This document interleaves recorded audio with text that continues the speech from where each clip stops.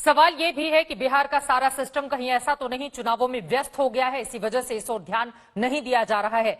एक रिपोर्ट बताती है कि देश में सबसे ज्यादा कम टेस्टिंग कहीं पर हो रही है और विपक्ष के ये आरोप भी हैं, तो वो बिहार है। बिहार की इतनी बेबसी और बदहाली क्यों है? नीतीश सरकार क्या आवाज सुन रहे हैं उन लोगों का जो चीख चीख कर इस वक्त अस्पतालों में दम तोड़ते हुए नजर आ रहे हैं? इसी पर बातचीत करने के लिए पटना से श्वेता सिंह हमारे साथ जुड़ चुकी हैं। पटना से आपकी रिपोर्ट हमने श्वेता देखी और यकीनन वो तस्वीरें बिहार की बजबजाती प्रशासनिक व्यवस्था की पोल खोलने के लिए काफी है। क्या अभी भी सरकार की नींद नहीं खुली है, नहीं टूटी है? लगातार आज तक इस खबर को दिखा रहा है ताकि कम से कम लोगों की सुध ली जा सके।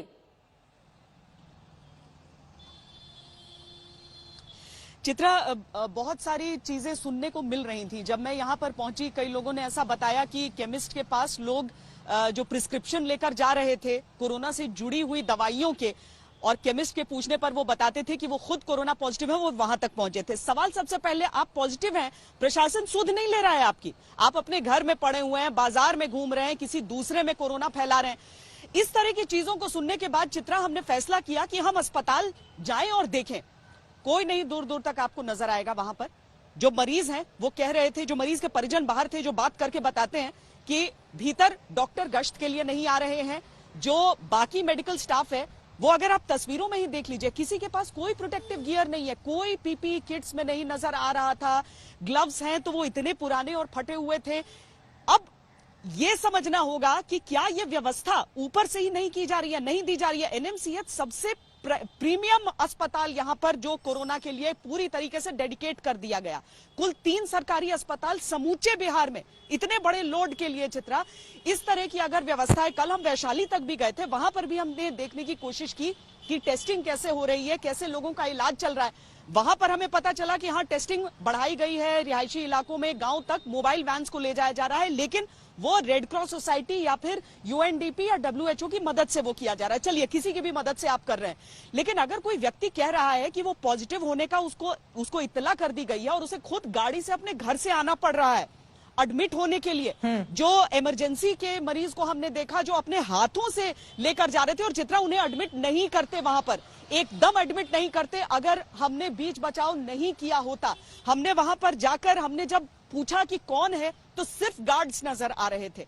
उसमें फिर एक व्यक्ति बाहर निकल कर आया, लेकिन चंद सेकंड के बाद वो भी गायब हो गया। और ये सारे लोग सिर्फ मास्क पहने हुए थे जो इमरजेंसी वार्ड में काम कर रहे हैं। आप बाहर खड़े होकर आप उसकी बदहाली की तस्वीर बता रहे हैं। मुझे समझ नहीं आता कि क्यों नहीं प्रशासन जाग रहा है, क्यों नहीं सरकार कुछ कर रही है। और सवाल ये भी है कि पूरा देश जब कोरोना से लड़ने में अपनी शक्ति लगा रहा था, उस दौरान हमने ये भी देखा कि बिहार में किस तरह से चुनाव की तैयारियां चल रही थी।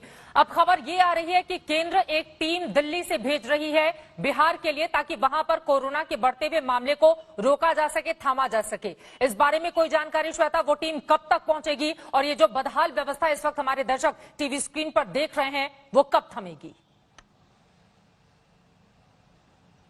और ये भी कि वो टीम आकर करेगी क्या? सिर्फ टेस्ट की संख्या आपको बढ़ानी है।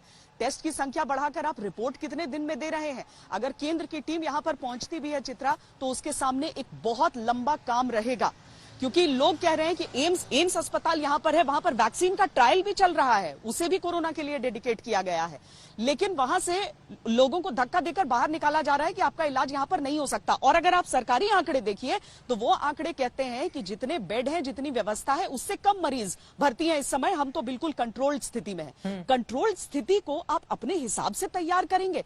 इनमें से कोई भी आरोप चित्रा, न तो आप लगा रही है, न मैं लगा रही हूं, न हम सब लगा रहे हैं, ये सारे लोग खुद बोल रहे हैं। ये कोई दस्तावेज के आधार पर हम नहीं कह रहे हैं।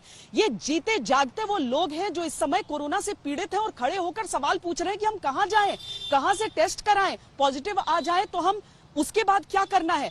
बताने वाला कोई नहीं। आप बताइए कि बाकी राज्यों से आप तुलना भी कर लीजिए। कई और राज्यों को हम देख सकते हैं जहां पर एक पूरा सिस्टम है, जहां पर आप अगर पॉजिटिव आ रहे हैं तो उसके बाद प्रशासन की टीम आपके पास जाएगी। अगर आपको अस्पताल पहुंचना है, अगर आप एसिम्प्टोमेटिक हैं, तो आप भाई घर में रहकर आपका इलाज हो जाए।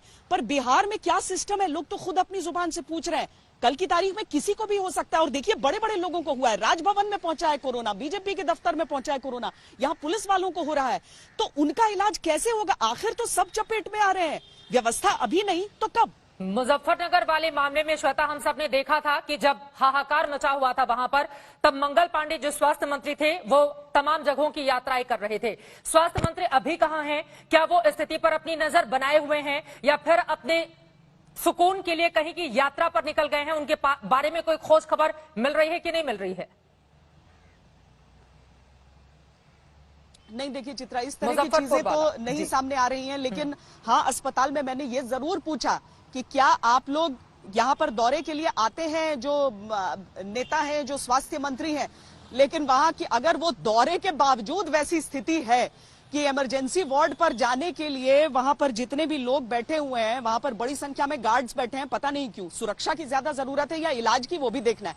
वो सारे सिर्फ एक अपना मास्क लगाकर बैठे हुए हैं। अगर स्वास्थ्य मंत्री जाया करें, उस अस्पताल का दौरा किया करें, वहां पर डॉक्टरों से पूछें, अगर गैर हाजिर हैं तो ये पूछें क्यों नहीं आया, अगर हाजिर है तो ये पूछें कि तुम्हें कोई दिक्कत तो नहीं है, क्या तुम्हें किट्स मिल रही है, क्या तुम्हें ग्लव्स मिल रहे हैं, क्या तुम्हें मास्क मिल रहे हैं।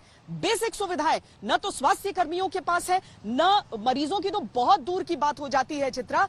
और अगर ये राजधानी का हाल है, राजधानी के प्रीमियम अस्पताल की हम बात कर रहे हैं, तो आप बाकी जिलों की तो बात ही छोड़ दीजिए कि गांव-गांव में क्या हाल होगा, कस्बों में क्या हाल होगा।